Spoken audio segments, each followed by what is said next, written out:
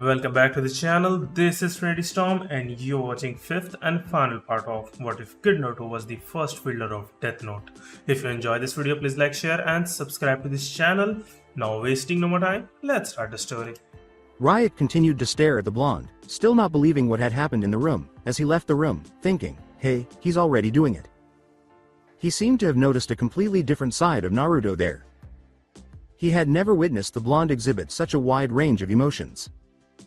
In fact, it was quite remarkable for the shinigami, who had been living with him non-stop since they first met.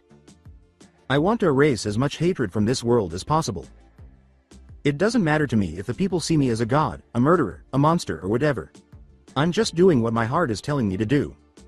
Ryuk remembered the exact words that Naruto had said to him on their first meeting day. You fool. You've been following your heart for the entire time, even without realizing it. Afterwards, 2:03 a.m. Ryuk, who was presently floating next to Naruto, who was lying on his futon and staring at the ceiling, said, you should sleep now you know.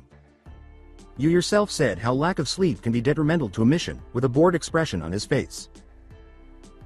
The blonde muttered, whatever, with his hands behind his head while Kakashi and Sasuke slept in the same room. His thoughts racing 100 miles per hour, he squinted. Do they think I'm an idiot, Ino, Shika, and Sho, who are coming here as a backup squad for this mission? Is it not evident that Gigi sends a Junin squad as backup for a C rank mission alone? Given that Kissy is aware of Kira's skill at manipulation, why would they take such a bold step? Do they view me as a challenger and are they waiting for me to take action? Well, they were prepared to counter my move, which I had made by controlling Inoichi. They appeared to be waiting for me to take control of one of them while keeping Kusho a secret. Yeah, this was undoubtedly for me. It bothers me that I can't get hold of any of them to ask them what's been thinking. I've already spoken with Kakashi Sensei, and it appears that he is genuinely aware that the backup sent by Gigi is for them to look into Gato, but he isn't aware of any specific plans. It's possible that Kissy purposefully kept Kakashi Sensei in the dark about their intentions because they thought Kira might use him to figure out what they would do next. Numerous options exist, and they are aware that Kira has been active even during this mission outside of the village because those demon brothers are acting as suicide bombs. Nevertheless, they won't realize that Kira is me or that she is accompanying us on this mission because of the criminals that were killed back in the village. Because Kira is actively participating in this mission in the village, people will assume that his powers are limitless, which is actually advantageous to me. However, the fundamental fact remains. I'm safe as long as Kissy remains unaware of Death Note's existence and that Kira requires his victim's full name and face in order to murder him. Even though I wish Kira could kill without using heart attacks, Shikaku's deduction that Kira can control his victims through the blanks meant that they had no choice but to find out, I suppose. Ryuk gave a loud yawn, but he thought, whatever they are planning on this mission, I have to be extremely cautious, prepared for all kinds of possibilities. With a sigh, Naruto dabbed at his right eye before turning to face the sleeping Kakashi and the Junin vest next to it. Time. Skip. Tazuna's house 1 week later. Sakura yelled, Naruto. We're getting late. As she and Kakashi, Sasuke, and Tazuna stood outside the bridge builder's house. A loud voice called out to them from inside said, coming. It was Tsunami. With a harsh and maternal tone, she said, finish your breakfast first. Yesterday too you sneaked out without finishing it. Kakashi laughed at that. For the past week, poor Naruto has had to put up with Tsunami's unfinished meals, training wounds, ripped and dirty clothes, late night returns, you name it, she was always taking care of him like a mother. Even Tazuna found it strange that the normally aloof blonde had grown so close to her almost instinctively. She never asked us to finish our breakfast, lunch, or dinner, Sasuke said in a monotone that made Sakura and Kakashi start to perspire. Tazuna responded sharply, yeah you're right, that kid has charmed his way into my poor daughter's heart, as the pink-haired Kunoichi let out a sigh at the elderly man for even considering such a notion. Sakura, on the other hand, turned back towards the house with a humorous expression on her face. She could picture Naruto's current expression, which was undoubtedly one of frustration and defeat. It was odd that he never, ever responded to her in a cold manner. When Tsunami reprimanded him, he always had that warm expression in his eyes, which seemed really strange to her. Or perhaps it's because he was never given guidance or instructions to follow, the kind that a parent would provide. When Naruto came out the front door with a piece of bread in his mouth and his jacket still on, she thought, sadly, it must warm his heart to know that someone actually cares enough to scold him. With a straight face and a sigh, he said, "Sorry guys, let's go," and turned to face his waiting team. Tsunami turned around and gave her a sheepish smile, saying, "Hey, you forgot your lunch." As he hurried outside with his packed lunch in her hands. "Yeah, thanks. Well, see you later," the smiling, mustachioed blonde said as he accepted the box from her and turned to face his team, grinning at her. Sakura knew exactly what her blonde teammate did with that lunchbox every day, so her eyes softened as she stared at him carrying it. He would never eat it, and would frequently send one of his shadow clones to the town to feed the hungry.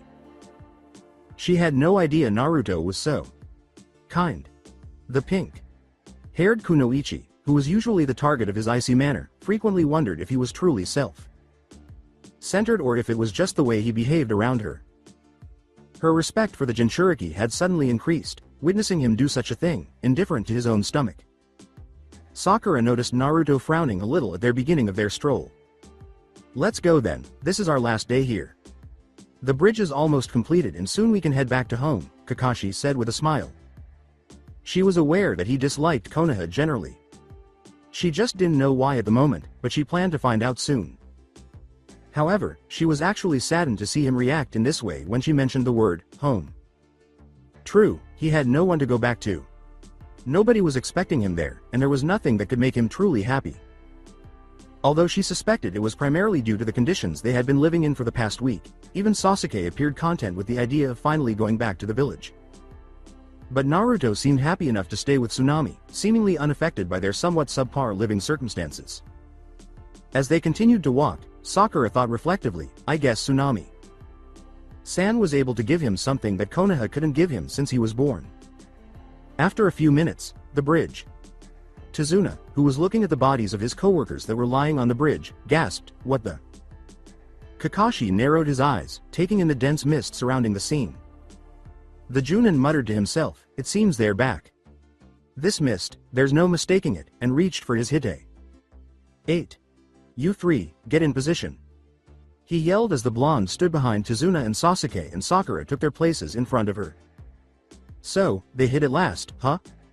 A baritone laugh emerged from the depths of the mist, and the Jinchuriki pondered with a hint of smirk. The three genin kept their positions, serious expressions on their faces, and Kakashi pulled out a kunai as he lifted his hite. 8 to reveal his Sharingan. Well, looks like the construction had been going quite smoothly, huh?" he said. Based on the familiar voice, they had all figured out that it was Zabuza by now. "This time, it will be different, Kakashi. And as for you blonde brat, Haku will take care of you," the speaker said. Naruto looked at the ground, muttering a curse to himself. "I can't move my shadow to trick them, not with this thick mist." The blonde thought, well, they came prepared, and crossed his fingers into a hand seal he was familiar with. Kage Bunshin no Jutsu. Oof. Tazuna, Sasuke, and Sakura were surrounded by several clones that had magically appeared, but Kakashi remained focused. Oh no. He is once again employing the technique of silent assassination, just like before. And this time that masked guy is helping him. Sakura stood next to him, her face doubtful, and Sasuke thought through gritted teeth as he held the kunai tightly. Click. As Zabuza's Zanbadu, which was obscured by the mist, was being ground by Kakashi's kunai, Naruto, Sakura, Sasuke, and Tazuna snapped their heads. The mist demon yelled, "I'm your opponent Kakashi. So it's better you concentrate on our fight here, Haku will be finished with them in a few seconds anyway," as the two grappled under Naruto's clones, which were Tazuna, Sasuke, and Sakura. Somehow, Naruto recognized that the voice coming from far into the mist was aimed at him. "I've been warned by Zabuza Sama beforehand to be wary of you, so I won't be playing around," he said. The Jinchuriki said gravely, "Sasuke, Sakura. Stay with Tazuna-san and don't make any wrong moves. Let me handle this," to a light sneer from the Uchiha. He said softly, "Who made you the squad leader anyway?" When Tazuna heard that masked Nin's voice again, Sakura stood in front of her and pleaded gravely, "Sasuke. Kun, please, just let Naruto handle this. Hijutsu. Makyu Hyosho, secret technique, crystal ice mirrors." The blonde tightened his grip on the kunai and narrowed his eyes. "Here, we're playing defense. I'm aware that this man uses ice, but he's also quite unpredictable. So I have to continue to be cautious. The mist slowly started to clear from their surroundings. I do remember his face from back then, but his name. I don't know his complete name, he thought to himself. Sakura silently asked herself, what's that? As she noticed some rectangular structures in front of her. The group's eyes grew wide as the mist opened up more and revealed the gleaming ice mirrors that surrounded them on all sides. Mirrors made of ice? With Tazuna, Sasuke, and Sakura circling him, Naruto pondered. They heard Haku's voice, his image now visible to them in all the mirrors. What you're seeing is the result of my ice release bloodline. It is said to be one of our clan's most dangerous techniques, said to be undefeated by any method in existence. A bunch of fresh genin like you stand no chance. WH. What is this? Tazuna asked, looking around with dilated pupils filled with fear, while Naruto wore a gloomy expression. 12 mirrors on the floor surround us, 8 above them are angled in our direction, he said, raising his head. And the last one is right overhead, probably for a surprise attack. They're not that stupid, so why has the mist around here suddenly decreased? He pondered some more, then noticed another Haku who had gone through a few hand seals and was standing outside the dome.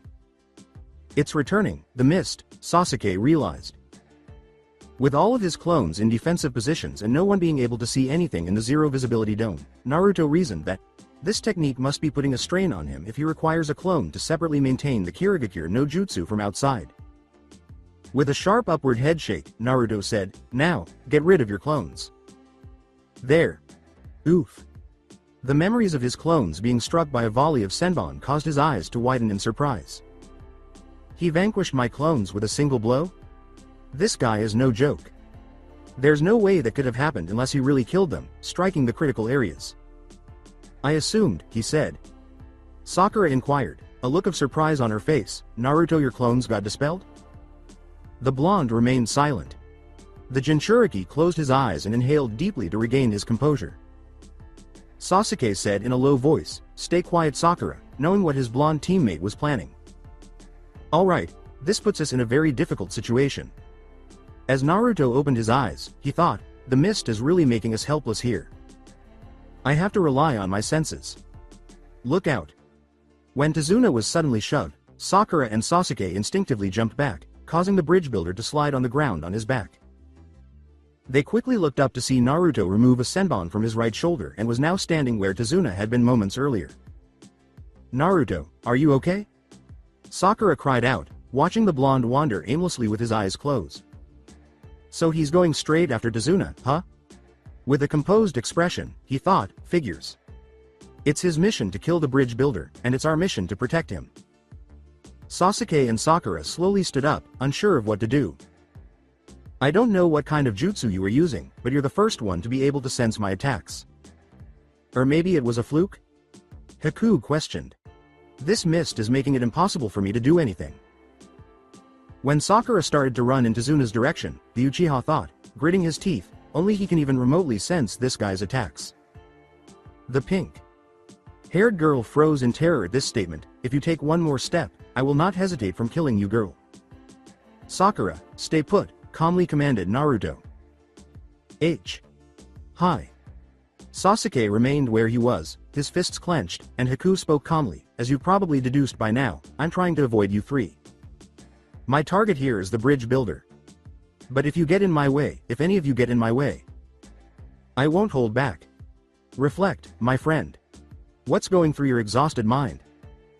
He gave his teammate a silent boost of encouragement as he and Sakura snapped their heads in response to a poof sound, revealing a clone of Naruto on his hands and knees just above Tazuna, with multiple senbon embedded in his back. Naruto stood in the center as two more shadow clones, poof, ed in front of Sasuke and Sakura. Try your best to intimidate us if you want, but our mission is to protect Tazuna. San. We haven't busted our asses so far just to cower like pathetic pieces of shit in the end. I may not be able to see you, but I can sense your attacks, Naruto declared. The clone looked at the Uchiha over his shoulder and said, typical, he already had them turned into pieces of rubble. The clone above Tazuna stood up, the senbon still in his back. I know you hate being helpless, but stay behind me for a while. I'm going to clear the mist, he whispered, getting Sasuke to nod in agreement. The bridge builder stood on his wobbly knees and said, "Oh. Oi kid, you okay?" The blonde said, "Don't worry, I'm just a clone. Stay behind me though, and don't make a single move, you hear me?" The old man nodded and swallowed uncontrollably. As soon as Haku concluded, Sasuke, Sakura, and Tazuna felt a sudden jerk and began to roll to their right. "Okay then, I'll aim for all of you." Thunk, thunk. Thank you. Just a moment ago, several senbon hit the concrete where they stood. You. I see, Sasuke said, catching sight of his teammates' activity as he looked down at his feet and noticed the clone's shadow had reached out to attach itself to them. So the clones are playing with their shadows to help us quickly avoid the attacks. As one would expect from Naruto, clever. Sakura, who was presently crouching like the clone in front of her and staring at their linked shadows, thought this while grinning slightly. The trio was forced to follow the clones as they slowly stood up, saying, "Just relax and let me handle this," over their shoulders. "And listen to me." The clones began, as the real Naruto performed his signature technique by crossing his fingers. He whispered to himself, now to do something about this mist, and then let out a loud exclamation. Taju Kage Bunshin no Jutsu. Multiple Shadow Clone Technique. Poof, poof, poof, poof, poof. The entire interior of the dome was covered in innumerable puffs of smoke that appeared as shadow clones and filled the mist. Covered arena. Click. Shouldn't you be worrying about your students, Kakashi? Zabuza asked, laughing as he saw Kakashi struggling under the heavy weapon as his Zanbatsu clashed with Kakashi's kunai. The copy ninja said, No. I don't need to, as he backflipped to dodge a kick to his midsection, his Sharingan exposed, and Zabuza once more withdrew into the mist to launch his next blow. He continued, "They're strong. And they can work as a team when the time arises, I have faith in them," to which the mist demon laughed once more. The jutsu that Haku is using on them right now is one of the most lethal techniques to exist. There is no breaking out, no technique that can counter it, he said from deep within the mist, while Kakashi simply grinned as he heard the poofing sounds of Naruto's signature move. This mist disables your Sharingan as well as that blonde Gaki's shadow techniques. And that takes away most of your advantage. Unfortunately, Naruto is a kind of genius that is born once in a millennium or something. He doesn't need all sorts of destructive techniques or bloodlines to gain an advantage.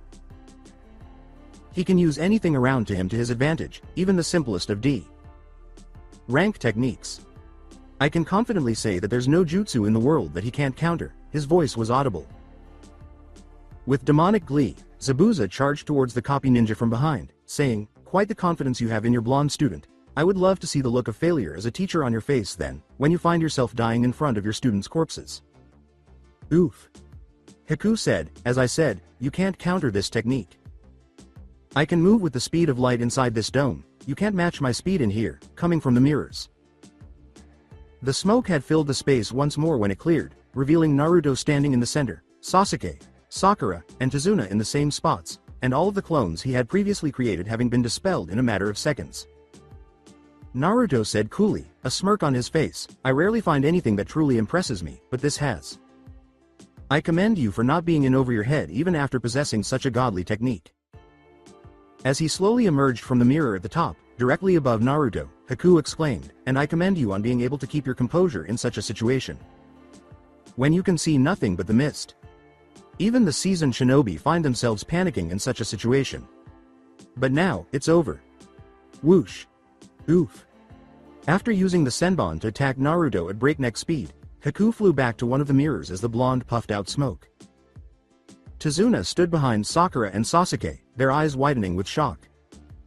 Sakura and Sasuke were looking surprised. "I didn't even see him," exclaimed the bridge builder, "Th. This is crazy. With the mirrors, I can move faster than light. The unaided eye cannot follow me," Haku said in a monotone voice, the mist still lingering. "That is no ordinary boy to have summoned so many clones and use them just as a diversion to get out of my technique." As he pulled out more Senbon, the ice user thought, "I have to finish the bridge builder quickly," while Sakura and Sasuke stood guardedly in front of Tazuna, grave expressions on their faces. "What is this?" Haku was taken aback when the mist suddenly cleared up and the area was visible, and Tazuna also turned to look around. "Hey, the mist's clearing up," he said, pointing out all the mirrors through the remaining mist's faint haze. He removed my clone. As Haku emerged from the rear mirror to face forward, he saw that Naruto and his duplicate were standing outside the dome, grinning, with ice fragments scattered at their feet. They said, "Oops, sorry, but we kinda needed some ice," as one of them began to break through several hand seals, coming to an end with the Tiger One. "Kaden. Gukakyu no Jutsu." The blonde exclaimed, putting his fingers to his mouth and sending a stream of flaming fire hurtling in the direction of the mirror that Haku was in. PHRSHH.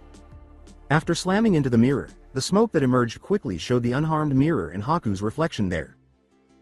With his clone by his side, Naruto scowled as the ice user turned to face the interior of the dome, where Sasuke, Sakura, and Tazuna were waiting. "These are chakra-enhanced mirrors, not just ordinary ice.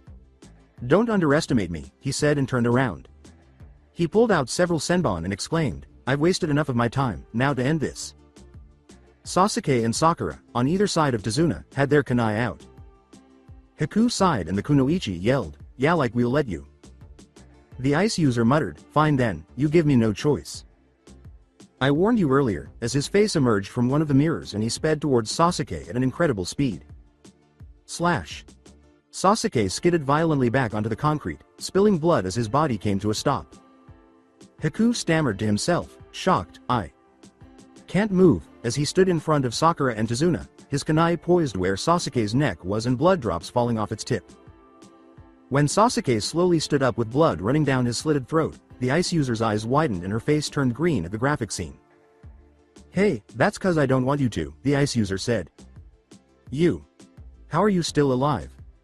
Sasuke's grin grew wider, but Haku's expression of surprise was audible. "Oof." He exhaled smoke, revealing Naruto with his back to the ice user and his neck gushing blood. As Sakura, who was standing close to Tazuna, puffed out smoke, all that was visible was air. Haku bent down to look at the shadow that reached from the blonde in front of him to his feet. With his hand on the back of the ice user's neck to halt the bleeding, Naruto spun around to give him a chilly look. "Very clever, Zabuza was right about you after all. You really are something," Haku said as he stood in front of the blonde, Tazuna right behind him, in a composed tone. "It's over," the Jinchuriki murmured, flinching from his broken neck. Haku turned to face the source of the voice and saw two Naruto standing outside puff into smoke, revealing Sasuke and Sakura, the latter of whom had a worried expression on her face. "Naruto, are you alright?" Haku exclaimed. With his eyes fixed on Haku, Naruto yelled, "I'm fine, don't come inside." "So when you created all those clones to fill up the dome earlier, and using them as diversions, instead of yourself, you made your teammates slip out quickly. And that too not as themselves, but by using the transformation technique to look as you while you too, along with your clone transformed yourselves to look like them.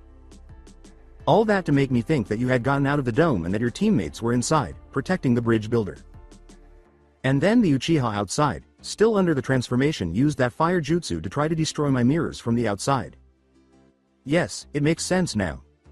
You knew Zabuza must have warned me about your shadow techniques, and that I would just attack you from a distance. To counter that, you made yourself look like your teammates to confuse me, so you could catch me with your shadow when I attacked you, thinking you to be one of your teammates. And not only that, when you transformed into your teammates, you instead did a complex transformation, switching the back and front of your teammates. Which explains the injury on the back of your neck, when I attacked to slit your throat," Haku explained in his calm demeanor while Naruto narrowed his eyes. "There's a problem here. Yeah, to catch you with my shadow possession technique, I knew I had to take an attack from you, and I couldn't risk getting killed in that. So I just transformed while switching the front body with the back, mainly to avoid getting killed if you happened to attack the real me. Unfortunately, you did attack the real me, which was transformed into Sasuke. If you had attacked Sakura, my clone, I could have avoided this injury. But still it's okay. I heal pretty quickly, and I'm used to these wounds," the blonde with a whiskered face said as Sasuke and outside. Naruto spoke, his eyes cold, and moved his hand, forcing Haku to follow suit so that the latter's hand went into his kunai pouch. "I'm impressed you were able to deduce my plan instantly, still. You lose. It was nice fighting you," Naruto said. The blonde forced the ice user to draw out a kunai, then held his empty right hand close to his neck so that the tip of the weapon touched Haku's throat. Sakura, watching the scene with wide eyes, questioned, Is he really going to do it?" Sasuke was looking stony. Squelch. Haku went to his knees, bleeding profusely from a deep gash in his neck. But as soon as the blood turned to water and Haku turned to ice, before crashing into pieces on the floor, Naruto and Tazuna's eyes grew wide. Success. A swarm of senbon impaled him, causing him to drop to his knees and cry out in excruciating pain, "Arg! Naruto!" Sakura cried out in terror as she was standing outside and Sasuke was staring at him in shock. The blonde violently coughed up blood, covering his body in senbon. "You're not the only one capable of using deception. I was taught to deceive since I was a child," the blonde said. He grated his teeth in agony, then raised his head to see Haku's reflection in every mirror. The blonde snarled, staring at the reflections in the mirrors. "You. Why? You knew it. You knew that IW was inside all along. How?" Haku calmly answered, "As I said, you're not the only one capable of using deception in battles," as Naruto shakily stood up, blood trickling down his chin. "Naruto or you?" he yelled back, "Stay outside both of you." Which stopped Sakura and Sasuke dead in their tracks as they approached. Sakura just looked at him worriedly as the blonde said, "If you come inside too, this will be over." With a serious face. "But you're..." She trailed, her eyes welling with tears as she saw him in such a state. The senbon had pierced through a significant part of his body, and the excessive blood loss had turned his orange jumpsuit nearly red. How he was still upright was only known to Kami. Narrowing his eyes, the blonde turned back to face the mirrors. He jerked out some senbon from his chest and exclaimed, "The only way. The only way you see. Could have seen through this, you knew that only Sasuke was capable of doing the fireball jutsu in our team. You knew that neither I, nor Sakura could do it. How? How did you get info on our abilities?" However, Tazuna's expression was horrified as he gazed at Naruto's bloodied form. He could not have seen through this in any other way. Why would he send an ice clone in to attack in order to avoid contact with Sakura and Sasuke? And it's obvious he knew, based on his response when I undid the transformation earlier. The only weakness was that Sasuke used the fireball technique while posing as me. This was meant to be safe because Haku was not meant to be aware of our abilities. Since we are from a country known for its fires, it is quite possible that all of us are proficient in using fire techniques. However, he managed to learn that Sasuke was the only member of our team capable of using the fireball jutsu, which is why he was able to figure out the entire scheme as soon as Sasuke, who is now me, fired that move. Since we're a recently graduated team, there shouldn't be any information about us in bingo books or any other source. How was this guy aware of it? The blonde thought, sensing that his vision was becoming blurry, but Haku remained silent. "Naruto, are you alright? Stay the fuck outside, damn it." Sasuke gritted his teeth as he proceeded through the well. Known hand seals once more, while Naruto glared at Sakura and violently waved his hand at her. Knowing it won't work, the Jinchuriki simply turned his oceanic blue eyes towards the mirrors and exclaimed, "Kaden. Gukakyu no Jutsu." Haku declared, "It's time for the bridge builder to die," as Naruto briefly closed his eyes and inhaled deeply. "I have to protect Tazuna-san for a few more minutes. Just a few more minutes. I can't bring Sasuke and Sakura in. They'll just end up dead. There's no other way to beat this guy." The bearded blonde steeled himself at the sight of Haku shooting multiple senbon at Tazuna. The bridge builder felt himself spring forward, just in time to avoid the missiles that were aimed at him, and his eyes grew wide. After regaining his balance, he saw Naruto sprinting in his direction. The blonde had utilized the shadow possession technique to take control of him.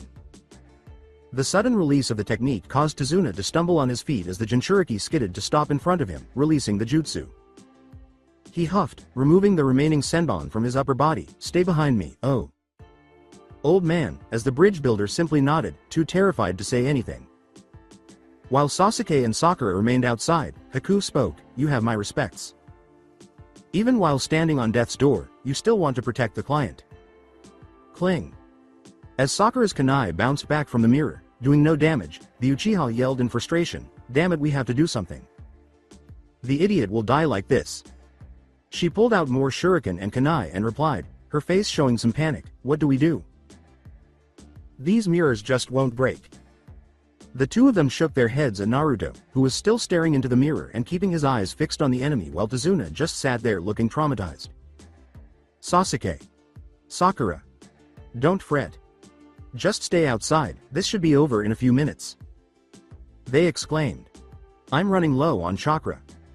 It's not surprising, though, because of my preparations and the fact that I created all those clones earlier.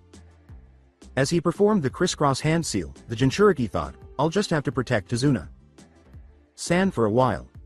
Now standing in front of him, several clones puffed out, Kage Bunshin no Jutsu. Haku cried out, useless. As he launched dozens of Senbon at once, eliminating every clone. The ice user smirked at Naruto and wiped the blood off his chin. Zabuza. Sama warned me that your clones are very difficult to take down. But the fact that I just dispelled them in one hit means you're getting low on chakra. I'm still giving you the option to walk away from this, our mission is to kill the bridge builder only. And I'm willing to leave you if you don't mess with us, the user said. The eyes of Tazuna, Sasuke, and Sakura widened at that, recalling Naruto's words when he had intervened to change Kakashi's mind. I was the one who volunteered for this mission. And it's my responsibility that neither Tazuna-san, nor my teammates die. So get this in your ice head, I won't give up. I won't let my sensei carry any more regrets than he already is. He exclaimed. But it is someone else's town. Innocent people's lives are at stake. Can't you see that? That old man is willing to risk his life for them, he's trying so hard to fight back. He's a hero in my book. I won't let him go through this alone. Our village or not, I became shinobi to protect those who are in need of it, cause I've suffered enough misery to understand everyone else's. I don't want to go back, lying on my bed sleeplessly at night as I wonder if we could have saved his town. I don't want to have any regrets. Do you, Kakashi? Sensei? Haku said, a little sad in his voice, and I serve Zabuza. Sama. I too have a mission to complete. Brace yourself, young warrior. This time you'll die, pulling out another dozen Senbon. Oh no, I'm not able to make any more clones. Doing so will simply drain my chakra. Looking at the wristwatch, Naruto, who was standing in front of Tazuna, thought, I've already spent too much as it is. 2 more minutes, I'm really getting tired of those 40 seconds. SQRCH. When a flurry of Senbon pierced Naruto in the front and the rest bounced off the floor, Sakura, Sasuke, and Tazuna's eyes widened and they exclaimed, Oof. When Haku saw that Naruto was covered in smoke, he raised an eyebrow behind the mask in surprise, revealing the blonde once more with his back to him. He reversed the front and back of his body once more using the transformation jutsu. I've never seen someone use the henge in this way. Preventing any potentially fatal injuries is a brilliant idea, particularly when facing an opponent like me who targets the vital organs.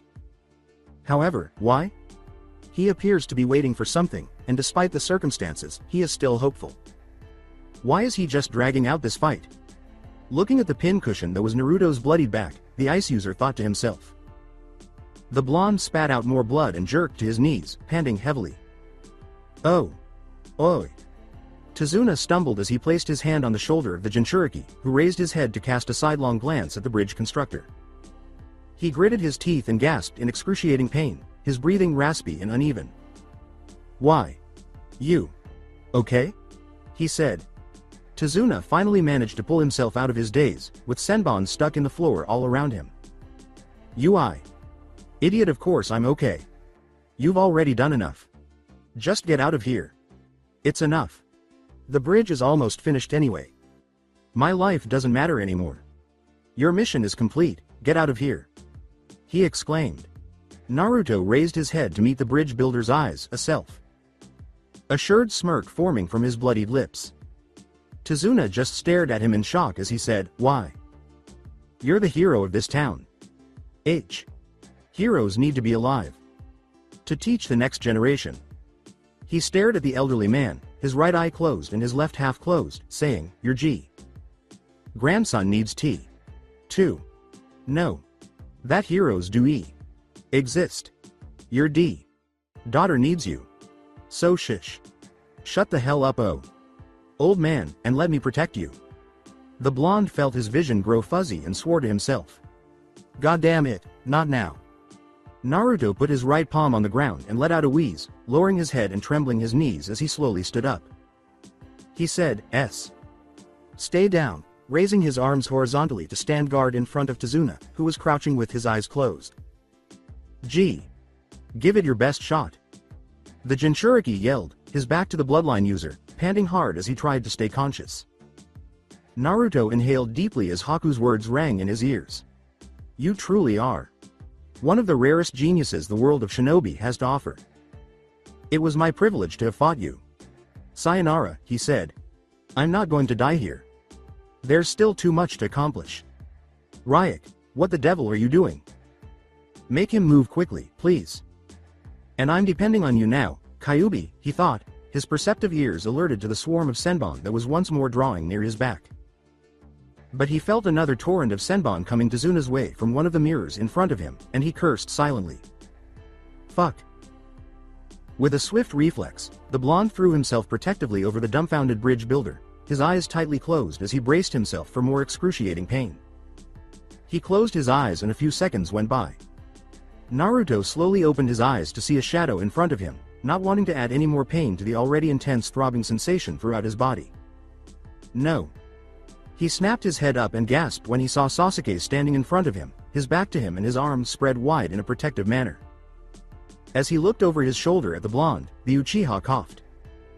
He whispered, blood trickling down his chin and his eyes half closed. "W. What's with the shish? Shocked look I. Idiot?" Naruto squinted, his eyes narrowing into a glare. "No." He cried out in rage, gasping for air as the blonde bowed his head. "I told you not to come inside, you idiot. I had Tazuna San covered," he exclaimed. When he opened his eyes, he noticed Tazuna's horrified expression as the bridge builder turned to face something behind him.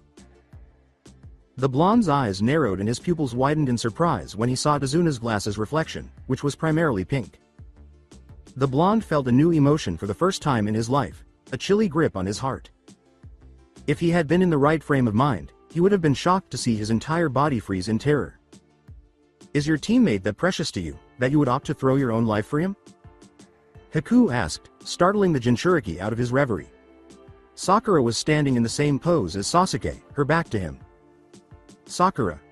The pink-haired kunoichi started to fall backwards toward Naruto, who yelled at him. Swiftly reversing direction, the blonde grabbed her falling form while Tazuna did the same for Sasuke. Holding Sasuke, Tazuna exclaimed, "I told you to stay outside, damn it. Are you crazy?" To the blonde. He had never witnessed Naruto so agitated, certainly not over his teammates, in the previous week or so, regardless of the circumstance. It appeared as though he had little regard for his teammates. The old man was clearly surprised to see the normally composed blonde lose his composure in such a situation. With a bleary smile on her face and blood on her lips, Sakura slowly opened her eyes, her upper body covered in senbon. "This is unusual. I didn't know. Why?" "You cared," Naruto said, slowly squinting his eyes in annoyance. He yelled at her, frustrated and angry, "Damn you. I had it covered. I didn't need you to save me. Why would you save me, damn it?" How in the hell did she leap to his aid in that manner? Their task was to keep Tazuna safe. He had shown them from the beginning that he didn't want to interact with them by acting distant and unfriendly. Since they were from the same village, the one that detested and hated his existence, they were merely distractions anyhow. They might not hate him right now, but in time they would undoubtedly despise him. It's true that he might have bonded with them in some way, but he never imagined that they would do this for him. He had long since made the decision that no one in that village could be trusted, so he wouldn't be making any new friends or relationships there. People in Konoha knew that he was a Jinchuriki. He also knew that sooner or later, he would attract more attention because of the beastly power he possessed and because it would benefit them personally. If his teammates were unaware of his secret, why would they assist him in this way? And Sakura in particular? The fangirl with pink hair who used to slobber all over Sasuke and hit him like a puppy possessed by love. He was disgusted by her and detested her foolish immaturity. And she acts like this now? He was aware that she was evolving, having changed since the formation of Team 7. He was aware of her significant growth as a kunoichi and as a person. Even so, he was determined to ignore her because he already had too much on his plate. He had no friends, no ties, nothing in his life except the Death Note, so it was easy for him. That was his existence. To rid the world of unnecessary vermin. Naruto yelled, "Why damn it?" as she kept smiling at him.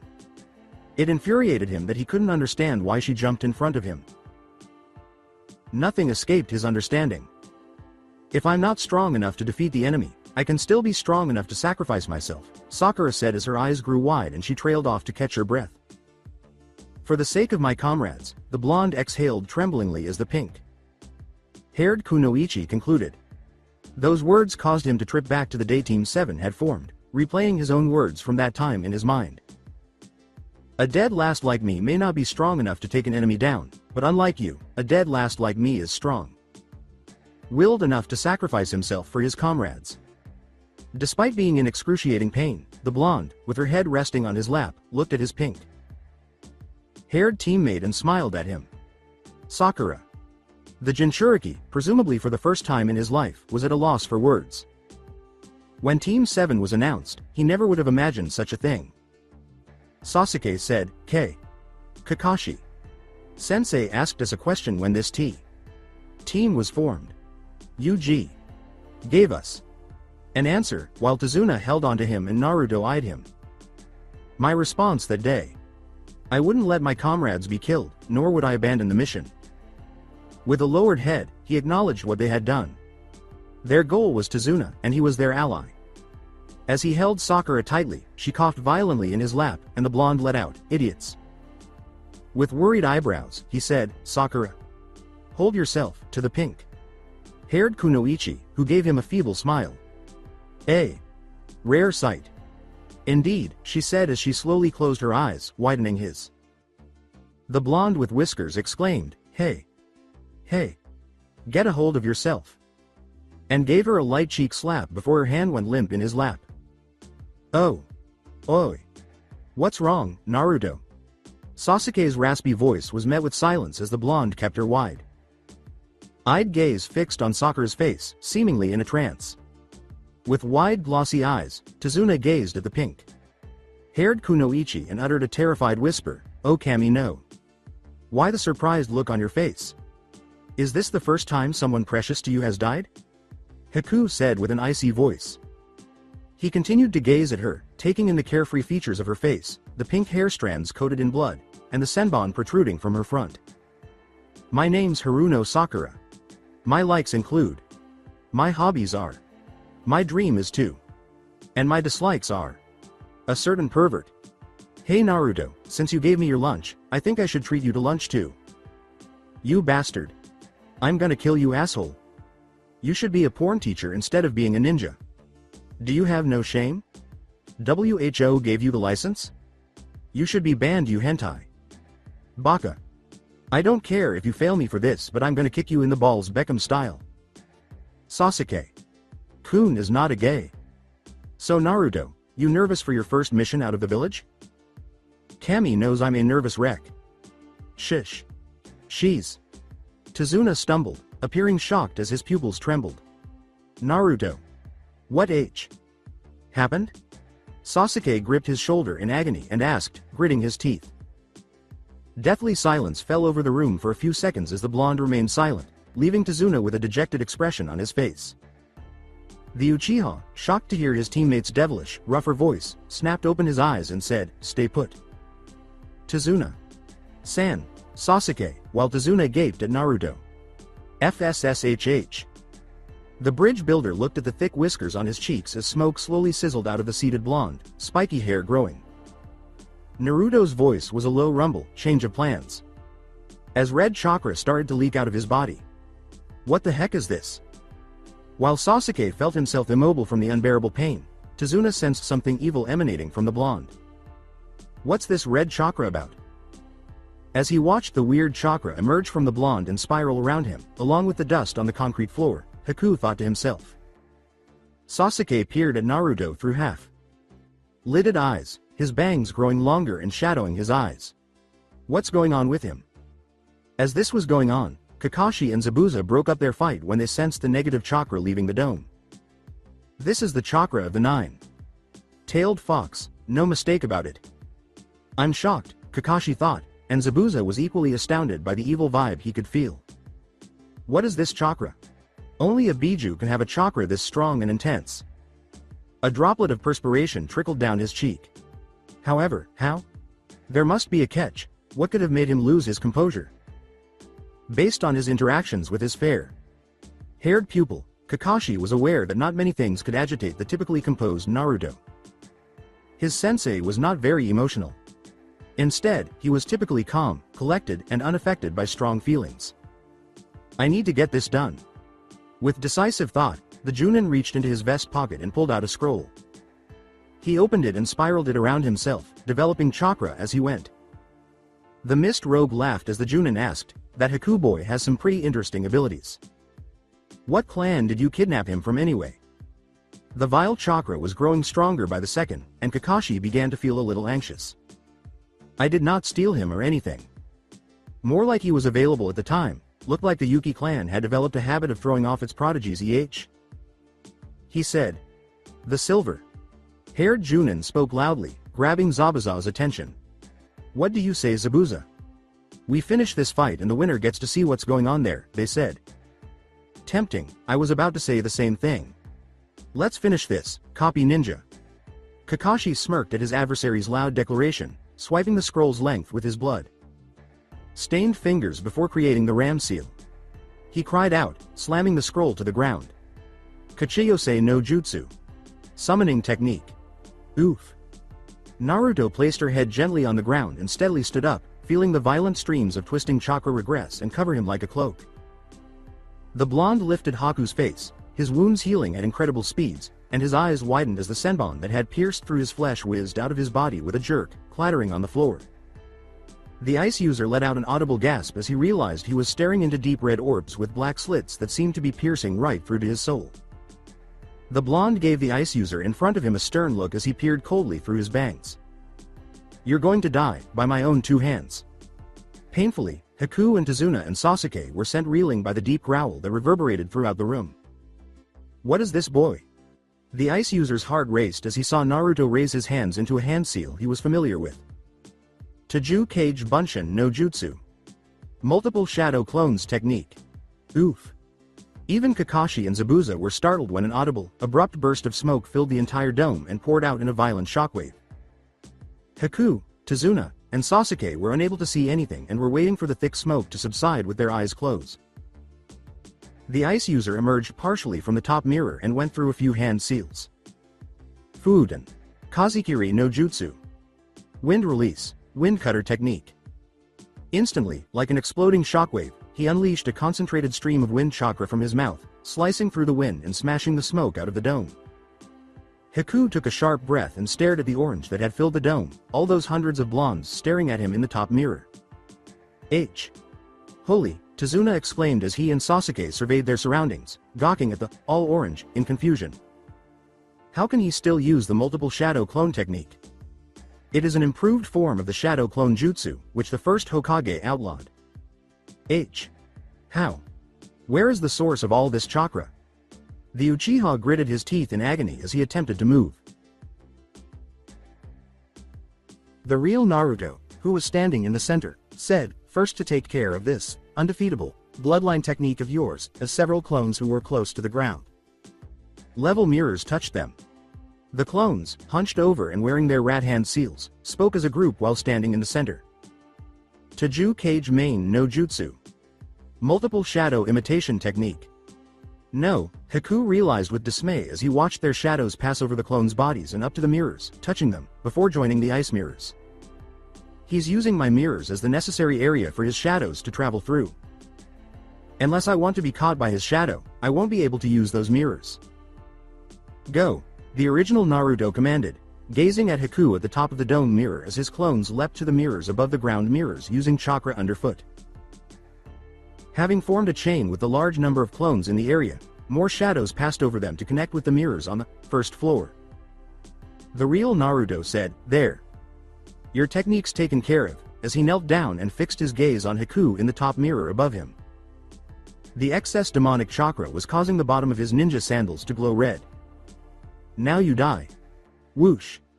With incredible speed, Naruto leapt straight above, breaking the concrete beneath him. He moves too quickly. Haku thought as the blonde, who was coming toward him at breakneck speed, raised his fist, enhanced by chakra. CRRSHH. With brute force, Naruto punched through the ice mirror, shattering it into millions of pieces. Just as Haku emerged brandishing a kunai, another ice mirror materialized in midair next to him. Thanks.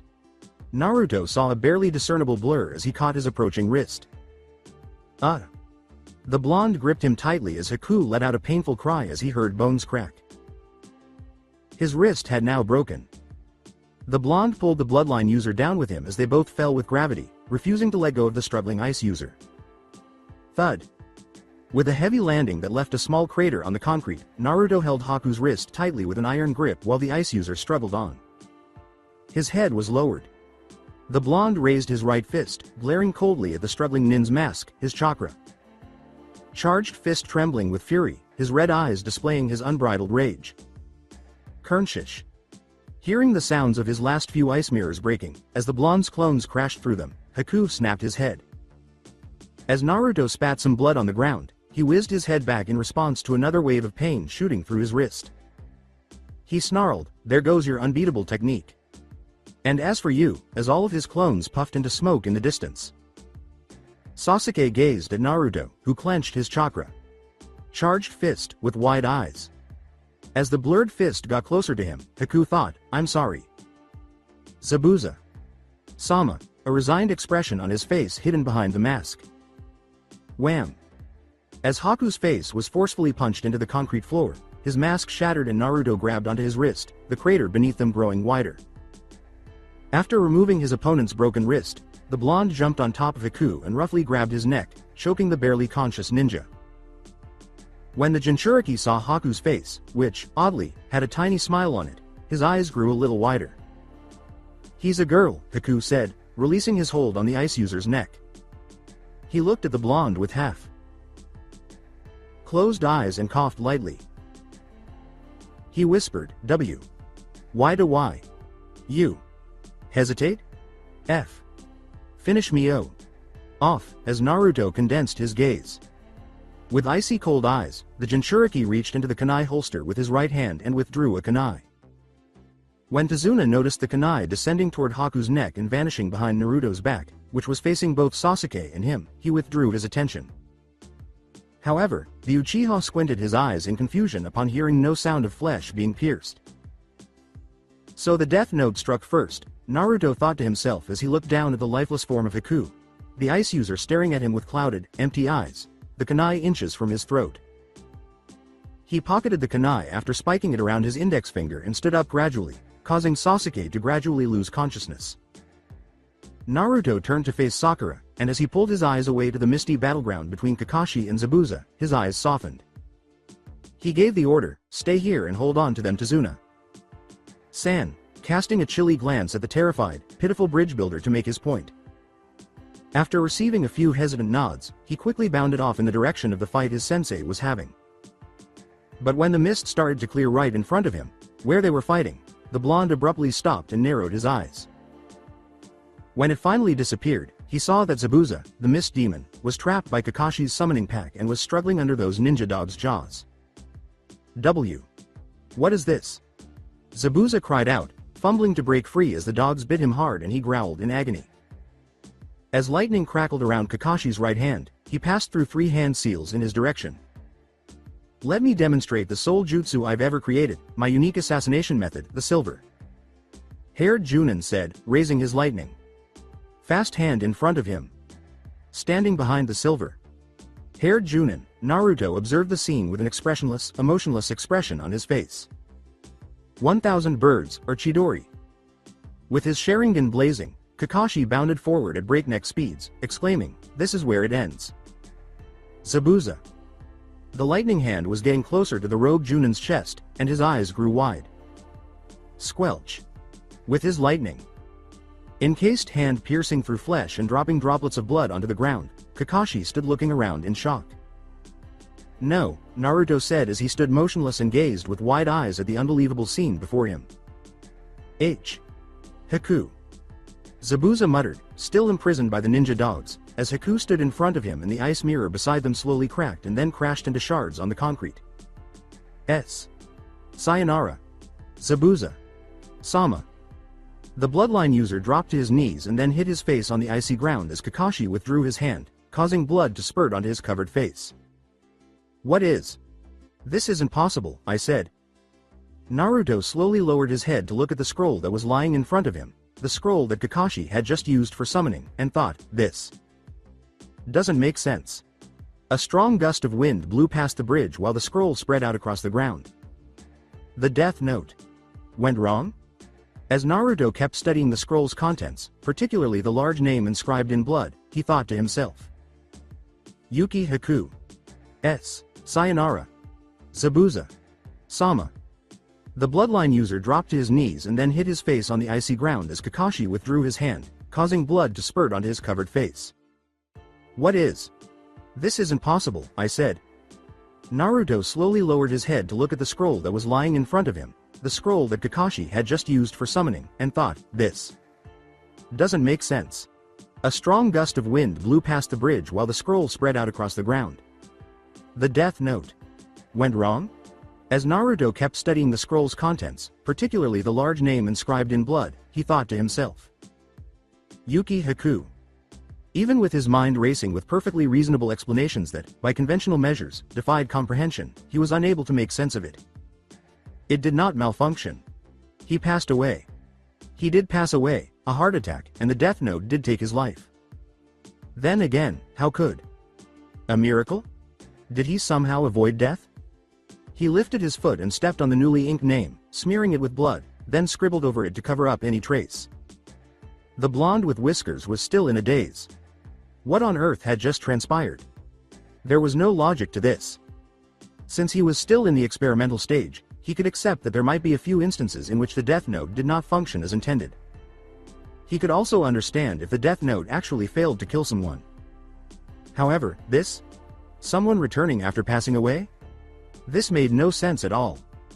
The three of them turned to face the familiar, stern voice emerging from the thin veil of fog, saying, well. Seems like the party has been going on pretty intensely, huh? Gee. Gato. Zabuza hissed, his eyes narrowing as he was still tightly gripped by Kakashi's nin dogs. Their silhouettes became denser as they eventually emerged from the fog and appeared in front of the trio. That's right, you swine. I'm here to tie all loose ends. I've had enough of you, and this bridge. They exclaimed. Standing in front of his dozens of goons, the millionaire exclaimed, and I've come fully prepared. With a psychotic gleam in his eyes. As Kakashi, perceiving the situation, gave the order for his nin dogs to dispel themselves, the man stammered, adjusting his green tinted glasses. Some traitor you were, huh? But still, I thought maybe you could have killed these Konoha nin for me before I eliminated the bridge builder personally. Though it seems my men have to take care of that too. Nothing more than a waste you are, huh, you useless shit? Oof. As he steadied himself and glared at Gato, dropping both of his injured arms to his sides. You dare call me a traitor, you backstabbing motherfucker. You're the one who broke our contract. He screamed. As Kakashi moved forward, Gato yelled, You. Konoha nin. I'm warning you. Stand aside and let me finish the bridge builder. You have no business in this matter. He spoke in a hostile manner to protect Tazuna. San is our mission. No matter who you are, we cannot let you touch him, and turned to face the Mist Demon. Well. It seems we have a common enemy this time. The swordsman of the mist spoke, so it seems. Kakashi, give me your kunai, as the copy ninja cautiously threw a kunai in his direction after pausing for a brief while. Grasping it with his mouth, he glared viciously at Gato, who recoiled at the vicious expression in Zabuza's eyes and took a step back. Kill them all. Don't let a single one escape. Naruto, in the meantime, did nothing but stand there and gaze at Haku's lifeless corpse. The blonde was still in disbelief, wondering what could have happened to bring the ice user back to life. Willpower by itself was not going to be sufficient. That was ridiculous. Reality is death. Something that is unavoidable and that you cannot trick. It is a real phenomenon rather than merely a fantastical idea from folklore. Death Note actually brings someone to their death. That's all there is to it. It causes the person to die far more quickly than he should. However, this theory, which is wholly virtual, should not be made, particularly in the case of Death Note. Although there have been instances of temporary death in medical science, death in Death Note is permanent, absolute, frozen. The man's mind trailed off, producing every possible combination of logic and philosophy, but it all seemed so unreal. The blonde instantly snapped his eyes open upon hearing a muffled shrill cry from a distance, vaguely noticing that Zabuza had just killed Gato before kicking the millionaire into the river below. As a result, he also disregarded the sounds of metal ripping through flesh as the goon's swords impaled the mist demon. With his eyes barely open, Zabuza lay in his own pool of blood, gazing up at the limitless sky. Blood started to run down the corner of his mouth, blurring his vision. Well, fucking traitors. Yes, but why should I hold them responsible? After all, we are shinobi, and it is in our nature to deceive and be deceived. It seems like someone has finally tricked me. What a ridiculous irony. The demon of the mist thought in his final moments, gurgling out blood that he coughed up. For the mist shinobi, that moment was when his entire life suddenly flashed before his eyes. It was all in vain. What did I want out of life? Were any present? This never ending cycle of combat, fighting, and war, all four. Just this? Was this our purpose in life? To lead such a life? He turned his head slightly, barely able to make out the body of Haku lying nearby in the distance. I could have lived better, he said. The light started to fade from his eyes, and a single tear dropped from the corner of his right eye. I apologize, Haku. Please pardon me. Maybe the next time I live my life, I'll do it better? I hope to see you again. Next morning, Tezuna's residence. As he sat by the dining table, Tezuna finished his breakfast and said, "Where is he? He still hasn't woken up?" As Tsunami quietly washed the dishes, a soft, warm glow filled the living room. It appeared that Kakashi had finished his breakfast and was sitting calmly while Sasuke was eating his with half the enthusiasm. He looked up at their room with a sorrowful expression on his face. Tsunami, her face knitted with concern, paused her dishwashing for a moment and looked up. Naruto. Exhibit X. X. X. X.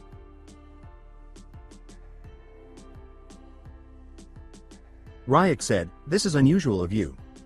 How long are you going to just lay there?" While eating an apple while floating in midair. The blonde remained reclined on his futon, his back to the shinigami and facing the wall. The soft, warm morning light was stroking his hair and filling the room with a soft glow. The Jinchuriki continued to stare at the wall with half-closed eyes without answering. Ryuk, now sitting cross-legged in midair, said in confusion, "You knew this would happen. Those are the risks that come with this profession. This is really strange of you, kid.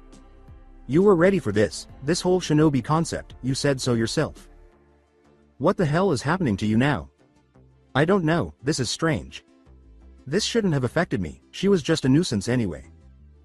Always babbling, giggling stupidly like a fangirl, but I don't know. This is really strange.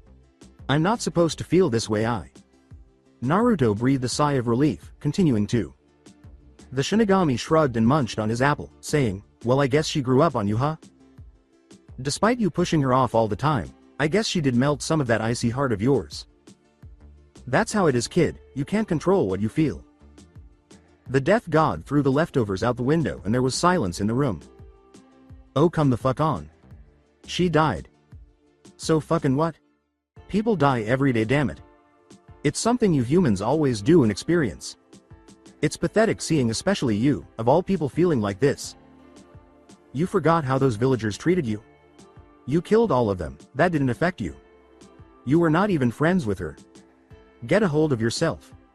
I don't like this, Naruto. You were so confident before graduating, like you knew everything. Look at you now." The shinigami screamed, his rage slightly the blonde with whiskers by surprise. Naruto sat up slowly, his back to the wall, and lowered his head to look at his lap. His voice was soft as he stood up and put on his sandals.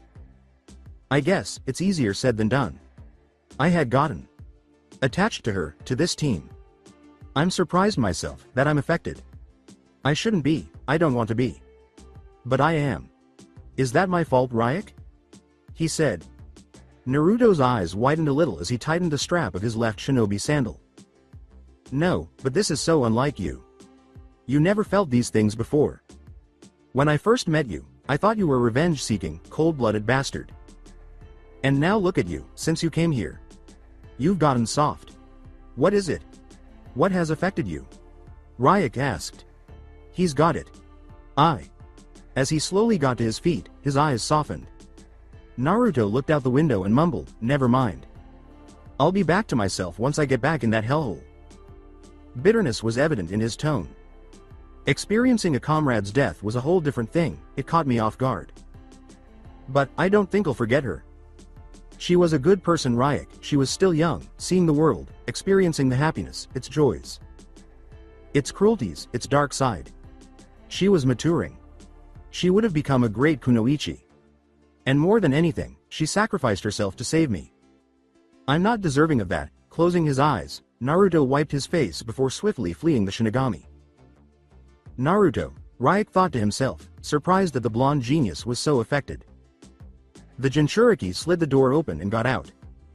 He moved to his right, into the room next to him, and slowly slid the door open a small amount. He stared at the lifeless body in the center of the room beneath the white covers with emotionless eyes. The bridge, 1 hour later. Well, I guess this is it, Kakashi said, his expression neutral, as Tazuna, Tsunami, and Inari, the three with dejected looks on their faces, were facing Team 7, or rather, what was left of Team 7. Tsunami gazed at the sizable scroll resting on Kakashi's back, unable to believe either who or what was inside. She looked away, tears welling up in her eyes. She was only 12, just a child. And to die at such a young age, her lips quirked.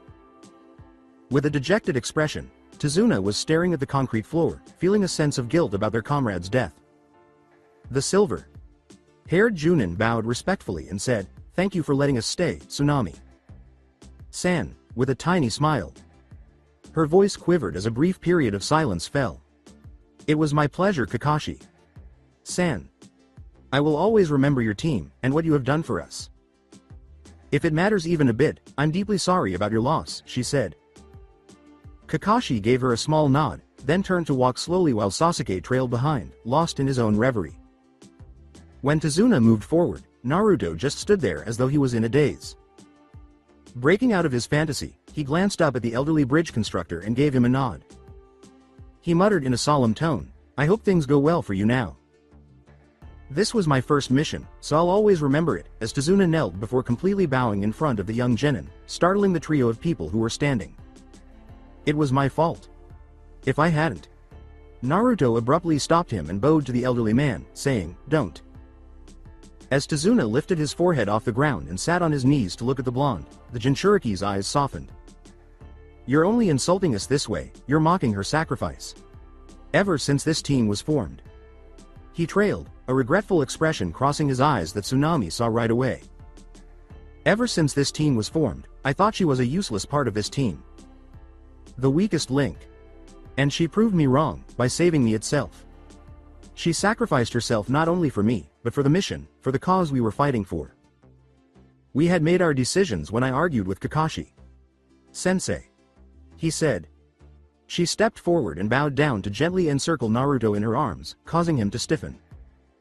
She pressed her cheek against his, and the blonde's eyes widened.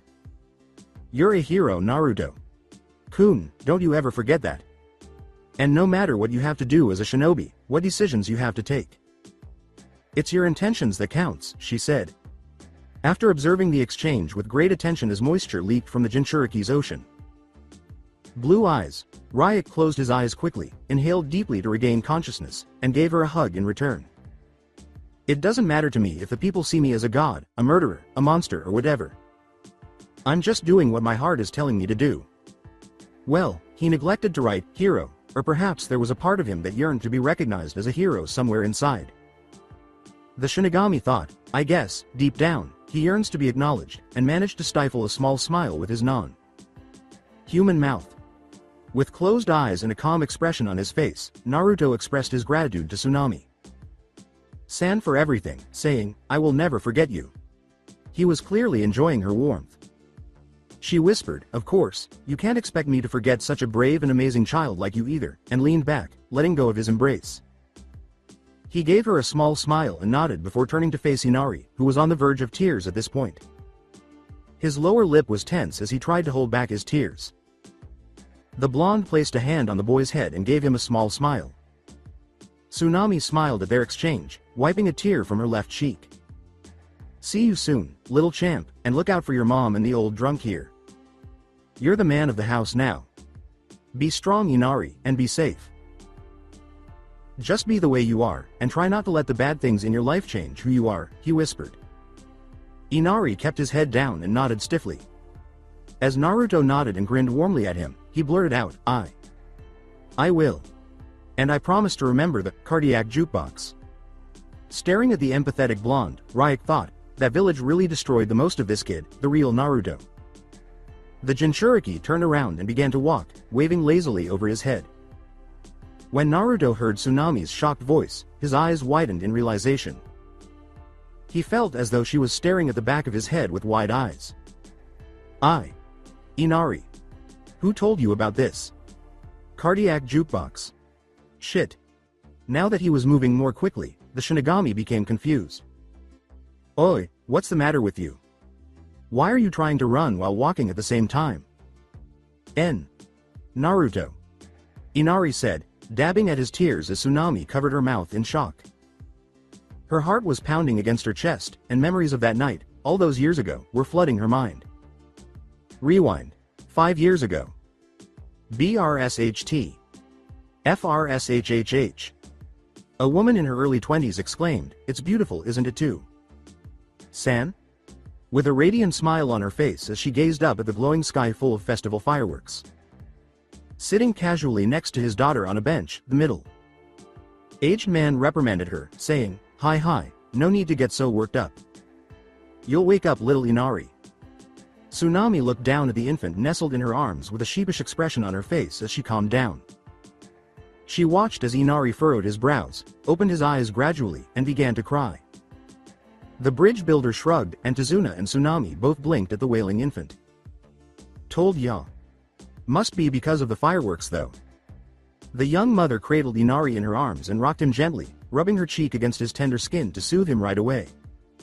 "Ah," she uttered. "Whoa, hey, how do you calm him down so quickly?" "He never listens to me," Tazuna said, startled, giving him a playful wink before nuzzling Inari's child. She whispered, "It's our little secret, isn't it, Inari?" and a tiny giggle that caused Inari to laugh a little. With a sigh, Tazuna smiled at the two of them. He looked over the huge festival going on in Konoha, thinking, well, after losing him, this should be a breath of fresh air for her. The two were sitting on a bench atop a small hillside, with dense foliage behind the bench. Tsunami asked, his bewildered expression causing him to start perspiring, "By the way, what was this festival about again?" "I think you've told me that before, right?" "I've told you this 5 times on our way here," he joked, causing her to blush with shame and elicit a sheepish laugh. "Ahee, you know I tend to forget things sometimes too. San," she said. Before he spoke, Tazuna thought, sometimes is an understatement. He stopped to gesture to the Yondaimi's face on the monument up there toward the hills in the back. 7 years ago, on this day, the 9-tailed fox attacked Konoha. It was on this day that they lost their 4th Hokage. He said. He made her mouth open in a, "Oh," as she nodded and turned her head to look up at the sky. And countless other shinobi had lost their lives. So on this day every year, the October 10th, they mourn for the lost lives in the morning while at night, they celebrate their victory over the demon fox, he continued. He put an arm around her shoulders as she rested her head on his, saying, "Everyone suffers, Tsunami, everyone have their own set of pain and sufferings. But by sharing each other's pain, we can fill the hole in each other's hearts. No one is alone, no one should be alone. And you're certainly not alone, Masumi." She leaned her head back and said, "Of course, father, I have you." And Inari too, earning him a quiet smile in return. Then the bridge builder got to his feet. With a sigh, Tazuna said, "Okay. I'm gonna go and look for something for us to eat," as he started to move in the direction of the lower stalls. "Already? We just ate. And you ate like a pig. My dear daughter, there's always room for more," he smiled and said over his shoulder. He giggled, his small hands lightly clutching her hair strands. His stomach is like a bottomless pit, huh, Inari? I hope you don't turn out like your grandfather when it comes to appetite. No need to overdo it, okay, she said, grinning at him. CKTRK. The sound of breaking wood reached her ears, and she snapped her head up. Through. Along with the broken branch, a small boy fell to the ground, and a number of leaves fell to land on him. With her eyes wide, she sat motionless, waiting for the small amount of dust to disappear while the boy let out a painful grunt. Slowly, he sat up and held his head up as the dust revealed itself, causing her eyes to enlarge even more. He was only a young child, and he was in terrible shape, with dirty blonde hair, dried mud, and torn rags all over him. Oh Cammy, are you okay? The person asking Inari as she gently placed her on the bench, wrapped in multiple thick blankets. He appeared to be absorbed in pain, coughing to clear his system of the dust, as she got up to scurry towards him. As soon as her fingers touched his shoulder, he blurted out, "Hey, are you?" and slapped her hand away. With fear evident in his eyes, the blonde instinctively retreated, his feet skidding on the ground as he leaned away from her. Tsunami, still caught between letting go of her and absorbing the pain, watched him panting a little, looking at him with a mixture of bewilderment and concern. Her words, You don't need to be afraid of me, I'm not going to harm you, caused her to smile and then narrow his eyes. The blonde saw that his left knee was bleeding and struggled to pull away from her, with his little elbows still on the ground. She got up and hurriedly walked to her big bag on the bench next to a sleeping Inari, saying, "Wait. Oh my god, your knee is bleeding. Here."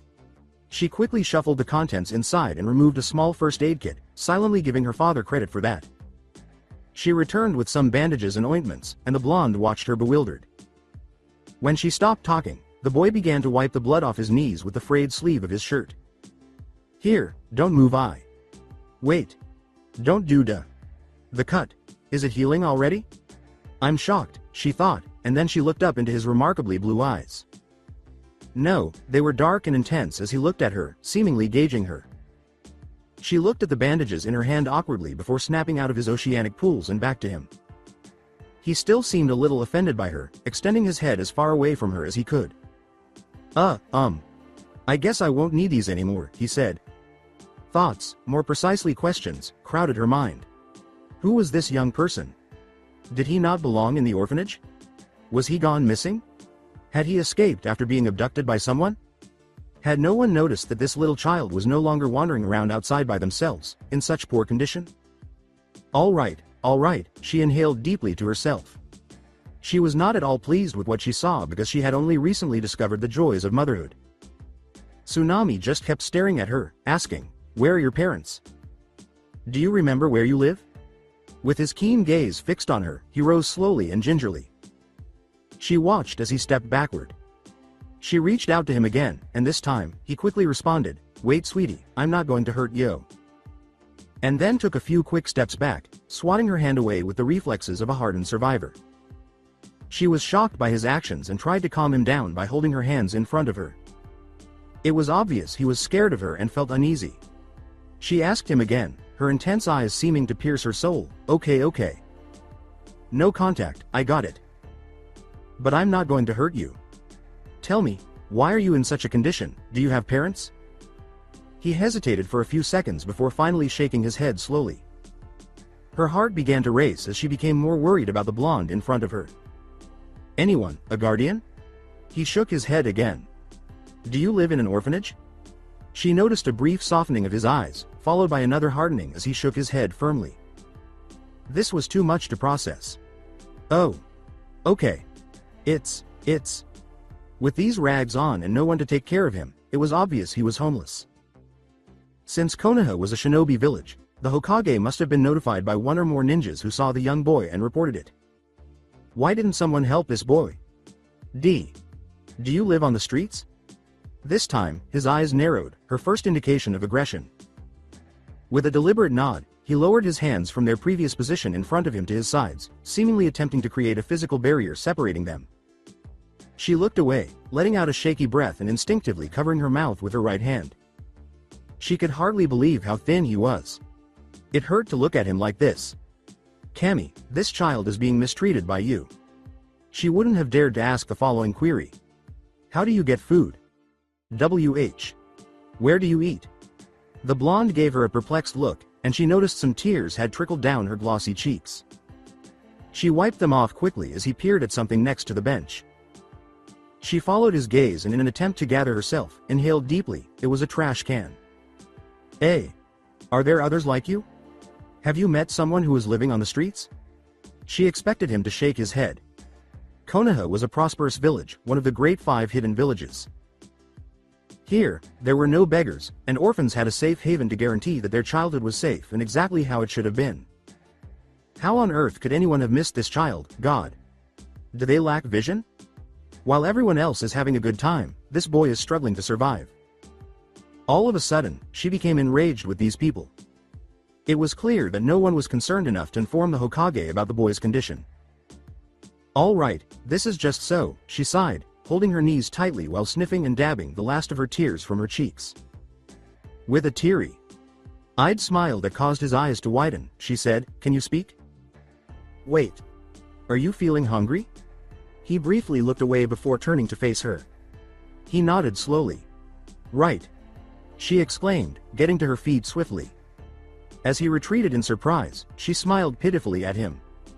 She smiled warmly at him and said, "Sorry, I didn't mean to scare you," before reaching for her handbag.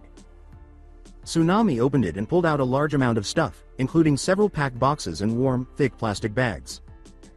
She continued to take out food, and the boy's eyes widened as he saw it all. "Ah, my father bought all this food after he was full. He really liked it. He's a food fanatic, I tell you. I'm sure he'll stuff himself again as soon as we reach home," she said. In his short life, he had never seen so much food in one location. She turned around and saw him practically drooling as he continued to stare at the food, so she trailed, "Here, now dig in. Eat as much as you." She started to open a plastic bag, but stopped when she saw his eyes narrow at her. She pulled her hands back instinctively, staring at him dumbfounded. She smiled and took Inari in her arms, saying, "Okay, you can open it yourself if you want. I'm not doing anything sneaky here, just take it." Tsunami took a seat on the bench and swayed Inari gently before glancing at the cautious blonde standing in front of her. He arched an eyebrow at her, seemingly doubting her sanity. "Hey, come on. I'm not going to harm you. Even if I wanted to, I'm not sure I could. I'm a gentle person by nature and a bit goofy." She said, playfully sticking her tongue out at him. She smiled warmly and gave a gentle pat to the seat next to her. He took a hesitant step forward, and she just barely saw him look back between her and the food on the bench. "Come on, don't be shy. I'm a mother, and it hurts me more than you think to see a child like you in such a condition. See, this is my baby, his name is Inari," she said, gesturing slightly to Inari and gazing at him through teary eyes.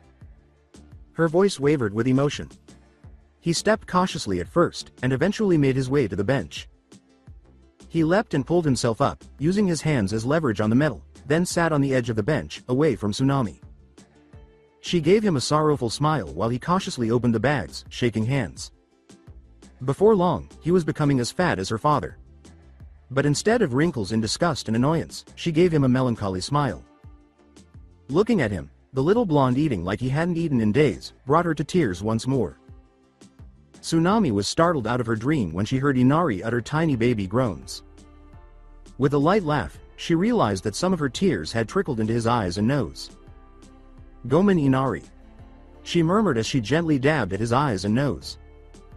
He was still asleep when she lifted him and gave him a gentle kiss on the forehead. She was shocked to see, when she turned to face the blonde, that he was staring longingly at Inari with heartbreaking sadness in his eyes. She stared at him, panting, as soon as his eyes glistened. He quickly returned to eating after realizing she was staring at him. He kept eating, and the blonde turned her away. Tsunami's heart tightened in her chest as she heard him sniff while he was eating. She watched as he swiftly raised his right elbow to clean his eyes before starting to eat again. "This is unfair," she gulped as she wiped her own cheeks, her throat tightening with emotion. Making a decision, her eyes hardening, she looked back at him while he kept wiping his eyes. She asked, smiling, "Say, would you like to come with me?"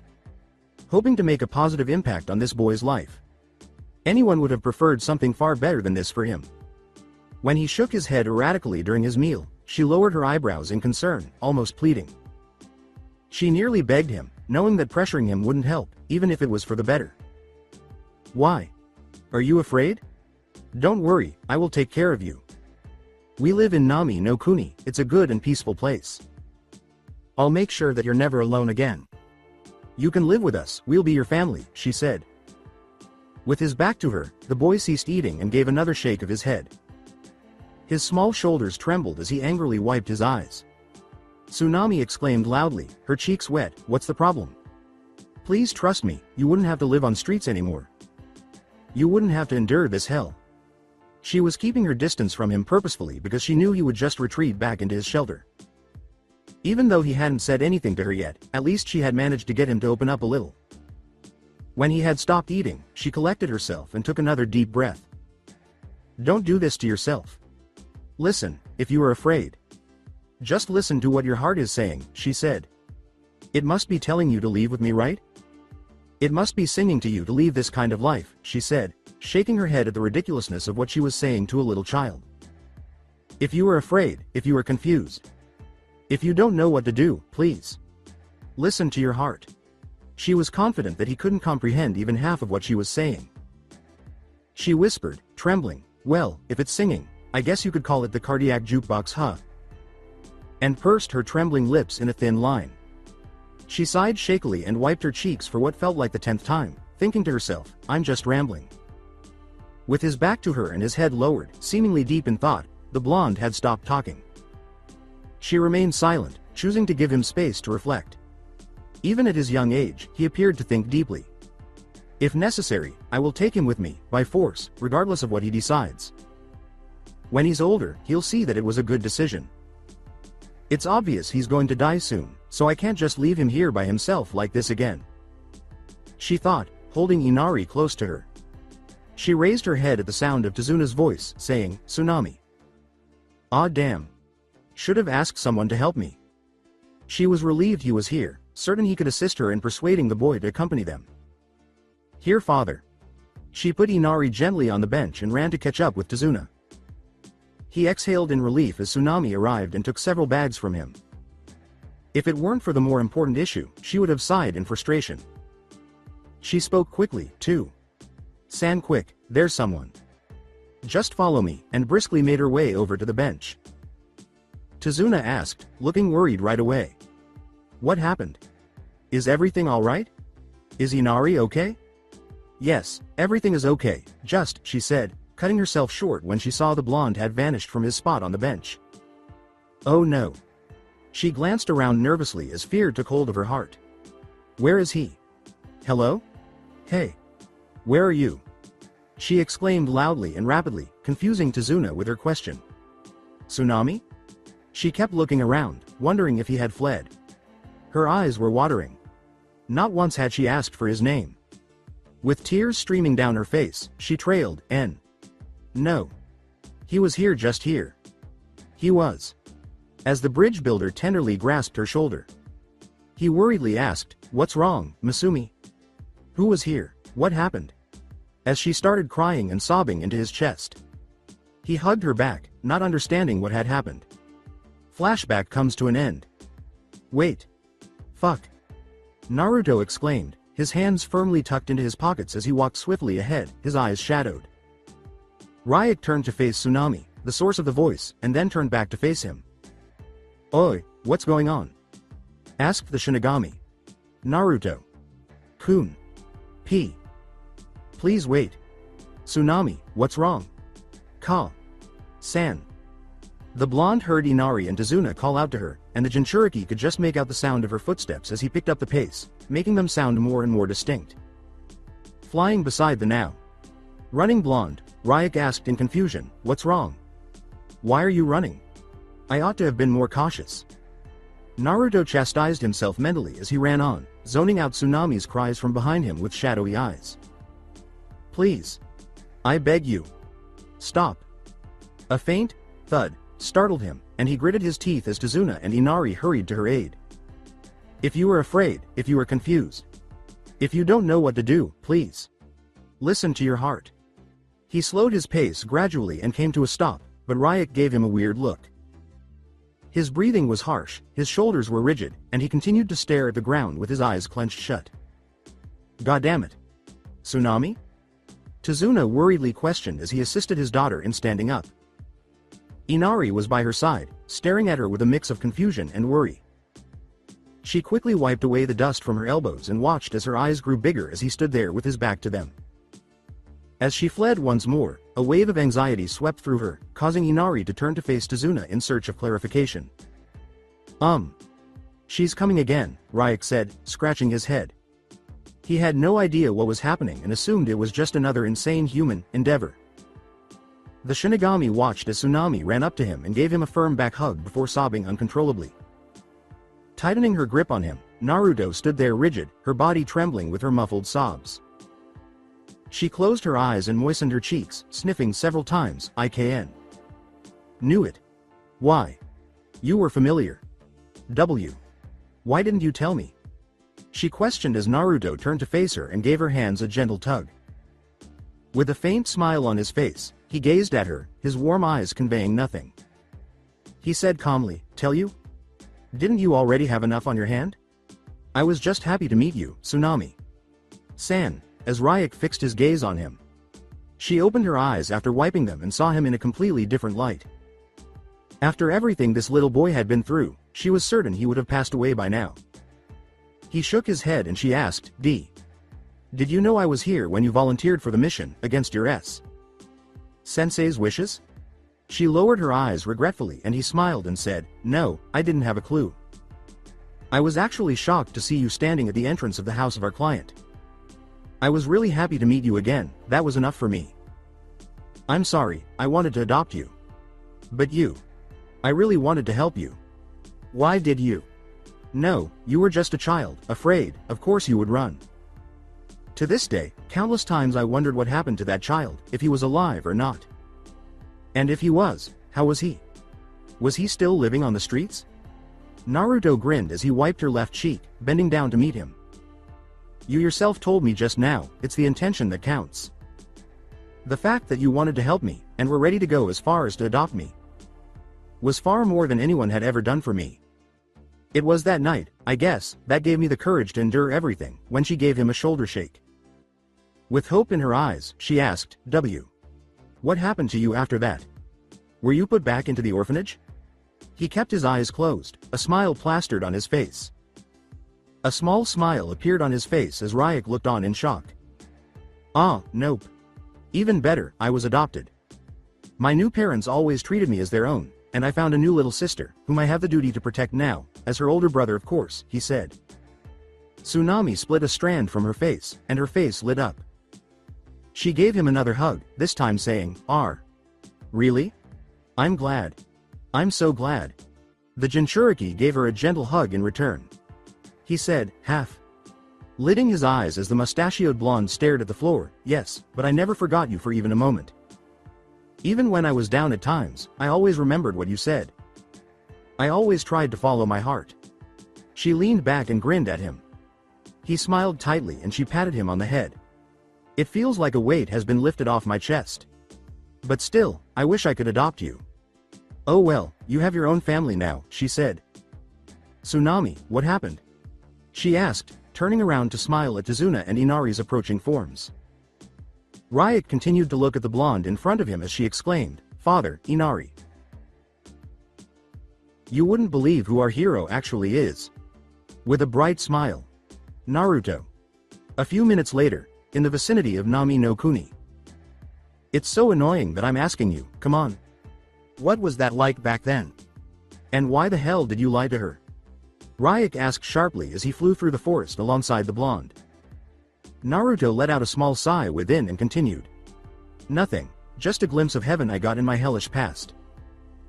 The Shinigami was even more perplexed by the response and ultimately chose to disregard it, but not before he noticed Kakashi and Sasuke's approaching walking forms. The Jinchuriki made one last jump and landed behind Team 7. Kakashi turned his head and said, "Took you long enough," as they came to a stop. As he passed the two, Naruto gave a solemn nod. With a neutral tone, he replied, "Yeah, sorry for that," while Sasuke was staring at his back. With a silent sigh, Kakashi adjusted the bulky scroll resting on his back and they resumed their journey towards Konoha. Well, it appears that he is back to his usual self. Hokage's office in Konoha, later. With a somber expression and closed eyes, Hiruzen said, I see. This is indeed unfortunate, to die at such a young age, as Team 7 took position in front of him. With a sigh, the Sandaime repeated the mission's debriefing that Kakashi had just finished. The blonde standing next to him caught his attention as the silver-haired Junin looked at her. He was perplexed as to why the Jinchuriki had stepped in to stop him from breaking the rules by choosing to assist Tazuna, especially since Kakashi had attempted to shield him. Perhaps if Shikaku's group had lingered there a little longer, Sarutobi murmured as Kakashi, Sasuke, and Naruto stared at the ground. I'm sorry Hokage. Sama, maybe if I'd cut it Kakashi. You know you did what you could. Don't let the regret control you because of your past. There was a high chance this was supposed to happen with the mission of this rank, the Hokage said, causing Naruto to ball his fists and bowed his head. Make a knock, make a knock. Enter. With a severe frown on Inoichi's face, Shikaku and Inoichi entered the office as the door opened. Hokage. Sama, Kakashi. Is it true? One of your students? Inoichi inquired, turning to the Junin who gave a slight nod with a dejected look on his face. Shikaku gritted his teeth and glared at Naruto's back. Shikaku raised his voice, his rage visibly boiling as he glared at Naruto. Well Hokage. Sama, it seems our friend, who we've been trying to catch for over a month now is finally showing his true colors. I've been telling you from the beginning, this Kira is dangerous. He's spreading outside too, not only inside Konoha. What do you intend to do now? Shikaku said. Shikaku. Hiruzen sighed, puzzled about what was happening. Shikaku. San, we're still not sure if it was Ki. The Nara pointed at Naruto and said, we have evidence to prove it Kakashi and you know it. This has gone on for too long now. This madness is just going to grow from here on out if we don't cut its roots. With a murderous glare at Shikaku, the Jinchuriki exclaimed, you think I'm responsible for this? I'm sick of your bullshit. She died because of our enemy was fucking strong. She died while protecting me. Kakashi was surprised by the unusual exchange and yelled back, well maybe somehow this Kira, or most probably you, controlled her to take the hit instead of you huh? Shikaku replied. Are you weak in the head? Is that even possible? And she's my teammate for crying out loud. Really? Is that coming out of the mouth of the kid who doesn't give a shit about his team, about his teammates, and about his sensei? Ryuk, who was also there, asked himself if the blonde in front of him was acting like an Oscar winner or if his feelings were sincere. Naruto gritted his teeth and turned his head, staring at the ground. Inoichi murmured, Shikaku, stop it, as he cast a quick glance at the sizable scroll that was laying on the Hokage's desk and held Sakura Haruno's lifeless body. I don't know if you're Kira or not. But all the events so far have been revolving around you. It's always you. You are the epicenter for all the shit we've been enduring so far. Kira was actively involved throughout the whole fucking mission. And believe it or not, your teammate right here died because of that cold blow. Oof. Everybody in the room jerked their heads in the direction of the Hokage's desk and the scroll there, which was currently engulfed in smoke. As the scroll emerged from the smoke directly in front of Kakashi, its ends unfolded along the desk's edge, widening his eyes. Cough, cough. W. What the hell? Gradually the smoke cleared, and Naruto found himself holding his breath involuntarily. I thought I was dying in there? Who the hell sealed me Shanaru? Shikaku's uncharacteristically squeaky voice was the first to emerge, asking, Dying in there? But. You were already. Dead? His index finger, which had been pointing confidently at the subject earlier, was now quivering, as if he was attempting to write the word, impossible, in midair. Dead? She asked, her eyes half closed as she coughed and waved the last of the smoke from her face. She was sitting sloppily on the table, her wounds completely healed. But Naruto just stared at her, his eyes wide, not believing that such an inexplicable event could have occurred twice in a 24-hour period. When the hell did I die? Even though Ryuk was completely lost, his shinigami mind was still capable of assembling a single sentence. This is getting serious. So that's it for today. I hope you guys enjoyed it. Don't forget to like, share and subscribe to the channel for more awesome stories like this. Thank you. See you all in my next video.